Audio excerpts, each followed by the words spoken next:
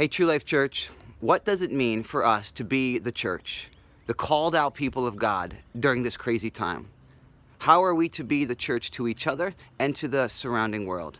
This is what we're going to talk about tomorrow at our Facebook Live broadcast at 10:30 a.m.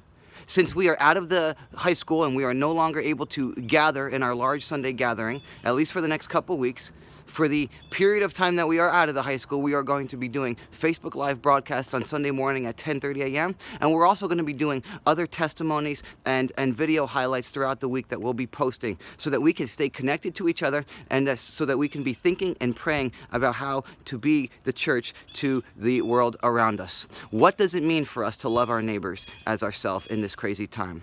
Has God perhaps given us an opportunity here when we are going to be maybe home more consistently than we usually are? Is this an opportunity for us to engage with our neighbors and serve our neighbors?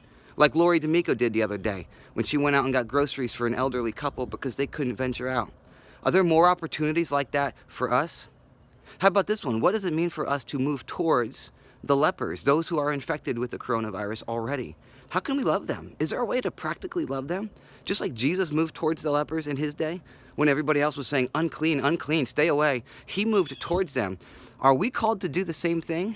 And is there a way to do that where there is absolutely no risk? Or is it always going to be a risk when we're called to love those who are untouchable? How about this one? What does it mean to point each other towards the God who is always in control when it feels like everything else is out of control? I mean, let's face it, this is a time when we are reminded that there are no guarantees in life. And yet God tells us, do not be afraid, do not worry, be anxious for nothing. These are things he actually commands us. How do we do that? Here's another one. What does it mean for us to walk in wisdom and yet not be driven by fear? How do we know, in other words, when we are just disguising our fear by calling it wisdom? Or on the flip side, how do we know when we are just disguising recklessness by calling it faith?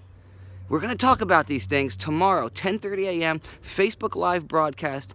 Tune in here. We want to stay connected to each other. The early church always gathered. They understood that despite the persecution, despite the threats, we are called to gather together. And so we're going to continue to find ways to stay connected to each other, even while we are trying to keep a little bit of a distance in order to prevent the spread of this virus. Because let's face it, that is a way to love each other, to not spread this thing at a time when the healthcare system is being overloaded. And yet, at the same time, we are called to gather, so let's find a way to stay connected. Thanks, everybody.